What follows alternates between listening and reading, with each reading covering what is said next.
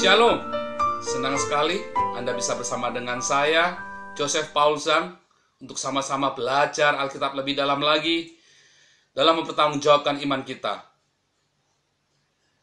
Dalam serian menggugat Alkitab ini, kita akan belajar bagaimana menjawab para penggugat Alkitab yang berusaha menjatuhkan dan mencari-cari kesalahan Alkitab kita dengan cara mengutip, memotong, dan memperkosa ayat-ayat tersebut sehingga artinya menjadi berubah sama sekali, sesuai dengan keinginan mereka, agar iman Kristen digoncang, sehingga umat Tuhan meninggalkan kasih karunia Tuhan Yesus Kristus. Tahukah Anda bahwa penyesat tidak datang dengan firman yang salah? Si penyesat datang membawa firman Tuhan dan mengaminkannya di hadapan kita. Lalu kemudian menambahkan sedikit pertanyaan yang akan menggelitik ego kita. Kita akan dengan bangga berusaha menjelaskan. Dan kemudian mulailah pertanyaan demi pertanyaan dilontarkan. Apabila kita bukan orang yang setia kepada firman tertulis, maka kita akan mulai berasumsi dan menggunakan logika kita. Terus bermain kata, menghubung-hubungkan logika yang satu dengan logika yang lain dengan keterbatasan pikiran dan kemampuan kita yang sesungguhnya. Kita ingat bagaimana manusia dulu dihukum mati oleh karena berusaha mengatakan yang benar tentang Alkitab. Tetapi para pemimpin-pemimpin gereja, karena merasa bahwa pemikiran orang itu tidak masuk akal di zaman itu, maka orang ini dihukum mati atau diasingkan. Dan kita dengan kesombongan kita mencoba menjelaskan yang tidak tertulis. Kesombongan adalah musuh dari kesetiaan kita kepada firman Tuhan yang tertulis. Apabila Anda amati dalam dekade terakhir ini, begitu gencar musuh-musuh Tuhan kita membongkar Alkitab, mengutip ayat dan memutilasinya, serta memperkosanya agar sesuai dengan apa yang mereka mau. Orang-orang yang tidak setia kepada firman Tuhan yang tertulis akan digoncang, dibuat bingung dan kacau. Akhirnya iman mereka runtuh serta meninggalkan kasih karunia Tuhan kita. Namun jangan heran, sebab itu memang trik dan strategi si penyesat sejak dunia dijadikan. Ia mengutip, memotong, memperkosa ayat, sehingga artinya menjadi berubah sama sekali. Itu adalah pekerjaan roh Babel. Roh Babel atau Helel ben Sakar, atau Dewa Bulan Sabit, dalam Yesaya 14 ayat 12 telah dibuang oleh Allah ke bumi dan ia telah melakukan penyesatan kepada seluruh dunia. Dari zaman Hawa, ular itu datang untuk menipu. Zaman Yesus, si jahat datang dan berusaha menipu Yesus. Zaman Muhammad, malaikat di dalam gua datang dan menipunya. Wallahu khairul makirin. Kita tahu dalam 2 Petrus 2 ayat 4 bahwa iblis ditawan di dalam gua. Dan dalam 2 Korintus 11 ayat 14, iblis itu menyamar menjadi malaikat terang. Di buku Khilafah terakhir, saya telah menjelaskan bagaimana roh Babel, yakni Helel bin Sakar, selalu bangkit setiap 14 abad. Dan abad ini adalah generasi kelima dari roh Babel. Kita tahu bahwa ular tua dan nabinya akan dibuang ke dalam lautan api oleh Tuhan kita Yesus Kristus. Namun sebelum itu mereka akan melakukan penyesatan kepada seluruh dunia. Dan bila mana mungkin, bahkan sepertiga bintang di langit, ya ini anak-anak Allah akan disesatkannya pula. Bagaimana menghindari penyesatan ular tua ini? Yesus sudah memberi teladan yang baik kepada kita. Ia selalu berkata, ada tertulis. Artinya, kita harus kembali setia kepada firman yang tertulis, bukan sesuai dengan asumsi dan logika kita yang absurd. Maka itu saudara, mari kita setia kepada firman Tuhan yang tertulis. Intinya kita mau tanya, siapa sih orang ini sebenarnya? Benarkah dia mati disalib? Karena orang-orang berkata dia diserupakan, sebab dewa mereka adalah dewa yang maha penipu.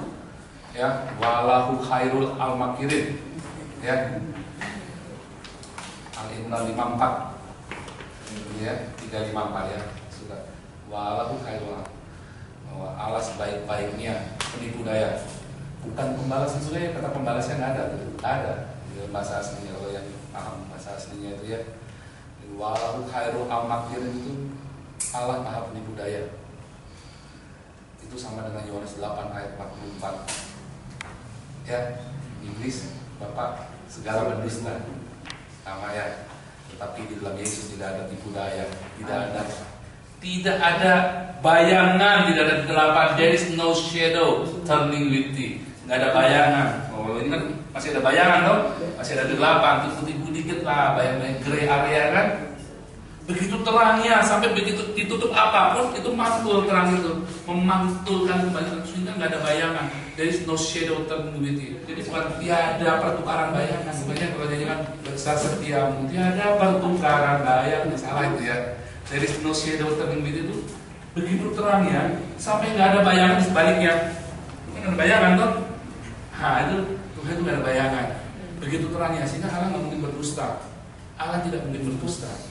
Ya, beda dengan dewanya temennya Yusuf dulu ya. Wallahu khairul makirin, maha pendusta. Dan kita mau lihat benarkah Allah melakukan tipu daya menyalibkan yang disalibkan dia. Nah, amin. Ya, kita langsung aja. Inilah para penggugat itu yang sudah malu mati kejang-kejang. 9 tahun menderita, habis dia menghujat Alkitab kita, dia turun dari podium dan jatuh dia. Nah ini, tadi 9 tahun nggak bisa ngomong, mati enggak hidup enggak, hidupnya dengan kateter. 9 tahun disiksa ya, gila ya. 9 tahun itu lumayan loh. Ini muridnya ya, yang baru datang ya. Inilah murid si ular bludak ini. Ya, kemarin saksinya Ahok kan, habis dia turun dari saksi Ahok, dibully dia kan di media sosial. Ternyata dia bohong semua riwayatnya dia. Ini juga sama, dia tulis buku ini. Mustahil Kristen bisa menjawab berhadiah mobil BMW. Tapi saya temui dia takut.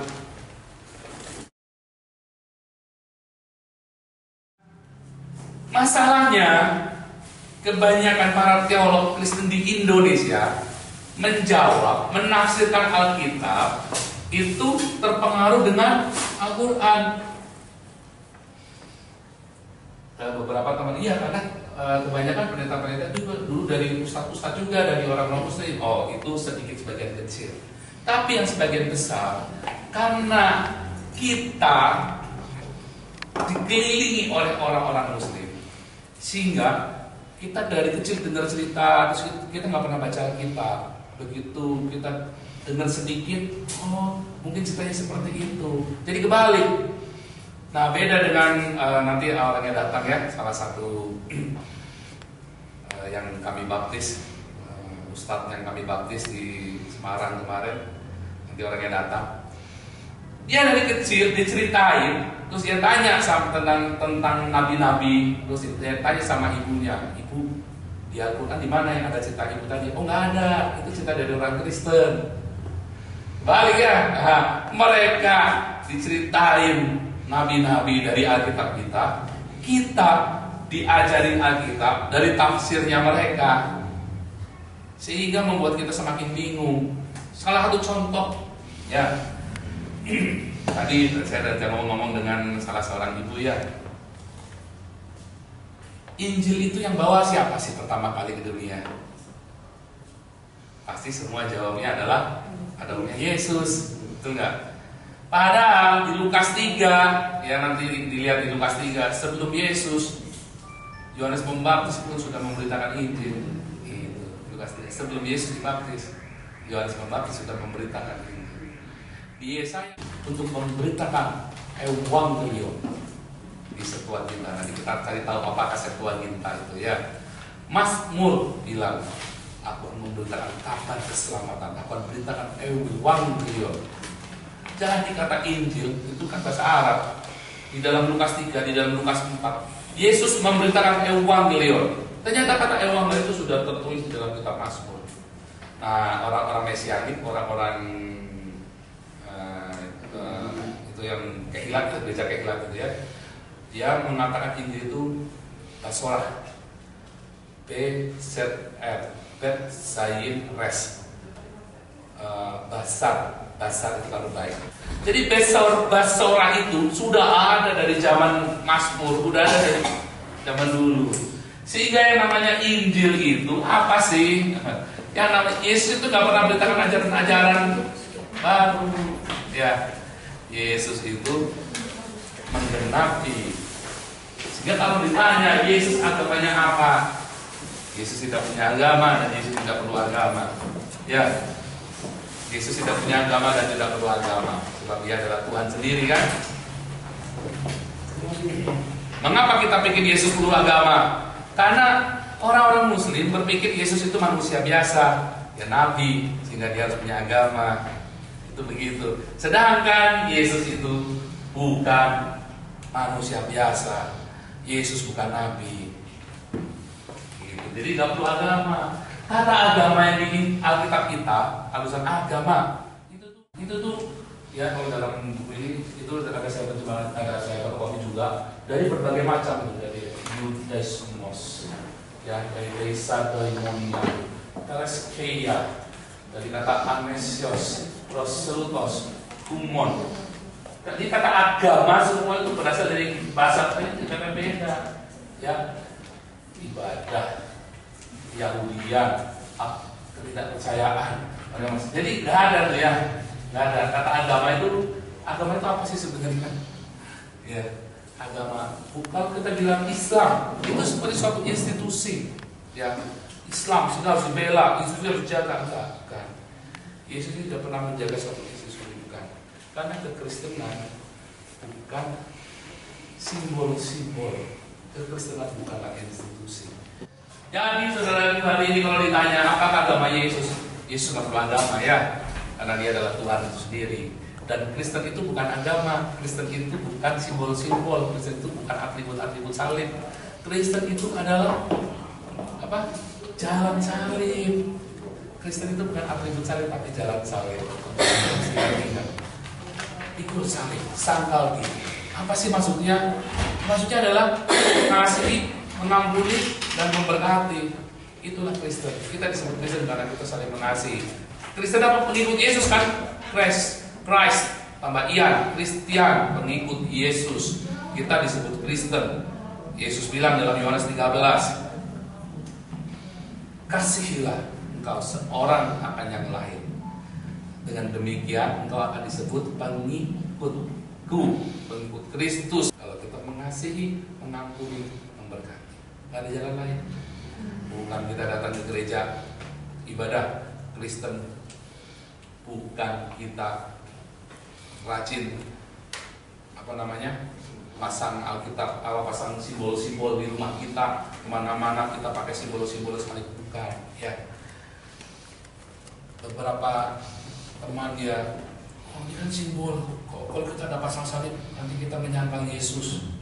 Di rumah saya nggak ada salib. Jadi kalau ditanya, Kristen apakah agama? Bukan. Kalau Kristen menjadi agama, kita nggak akan beda dengan mereka. Di dalam besok kita cerita tentang kerajaan Allah itu. Ya. Nah, jadi kata agama ini sebenarnya nggak ada dalam Alkitab kita.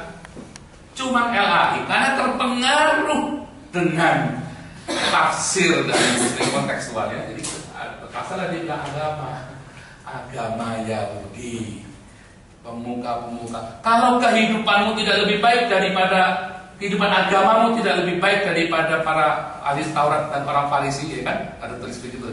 Kalau kehidupan agamamu, yang dimaksud apa agama? Dikaiosune.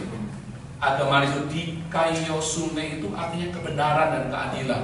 Kalau hidup kamu tidak benar, hidup kamu tidak adil, kalau kamu standar dikaiosune-nya di bawah ahli Taurat dan orang Farisi, itu yang dimaksud agama. Di dalam ayat itu, kalau kehidupan keagamaanmu tidak lebih baik dari orang Farisi, artinya mereka itu udah gak benar, gak adil kan, orang Farisi dan ahli Taurat zaman Yesus. Waktu itu brengsek sekali, paling bawah, dan kita lebih brengsek lagi, ya udah, kamu tidak akan masuk kerajaan surga. Itu yang dimaksud. Jadi bukan agama seperti yang di ini, ya, bukan. Ya.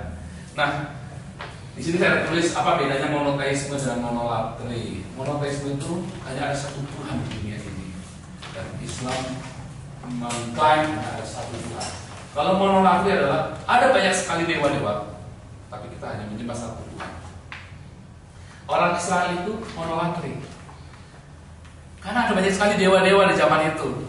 Dewa Baal, Dagon, ya, dewa Bel, ada dewa-dewa Mesir. Tapi hanya satu yang disembah oleh Israel, yaitu Yahweh. Nah, inilah monolatri. Kalau monoteisme itu nggak ada yang lain, itu nggak ada semua, cuma ada satu. Nah, itu yang dimaksudkan. Kenapa? Dulu ada 360 berhala, dimusnahkan semua, disisain satu. Nah, itulah monoteisme. Sedangkan orang Israel itu monolatri. Ya, ada banyak sekali dewa, kita tidak urusan, tapi hanya satu yang disembah, yaitu Yahweh. Itulah monolatri. Jadi kalau dibilang kalau kita masuk, pelajaran agama, kita ini monoteisme, bukan ya, kita di sini monolatri. Ada banyak sekali dewa-dewa, tapi kita menyembah yang maha dewa, yaitu Yahweh, yang kita kenal dalam Yesus. Yohanes 17 ayat 11, nama yang telah kau berikan kepadaku. Ya.